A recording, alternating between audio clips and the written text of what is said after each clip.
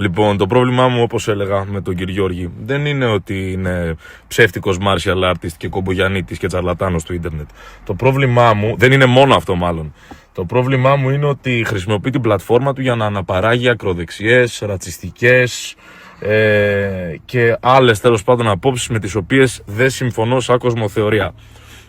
Μην ξεχνάμε ότι κάθε φορά που βγαίνει να με σχολιάσει, γιατί είναι η πρώτη φορά που εγώ ασχολούμαι με αυτόν, αλλά δεν είναι η πρώτη φορά που αυτός ασχολείται με μένα.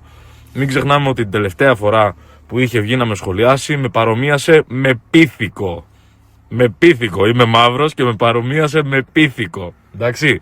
Όπως επίσης και το κοινό του, άμα μπείτε να δείτε τα σχόλια, δεν λένε μπράβο τα είπατε ωραία, λένε μπράβο τον γάμισες τον γύφτο, τον μαύρο, τον αράπη. Το πρόβλημά μου λοιπόν με τον κύριο Γιώργη είναι ότι είναι ένας ρατσιστής και απατεώνας και τσαρλατάνος. Είναι και τα δύο μαζί.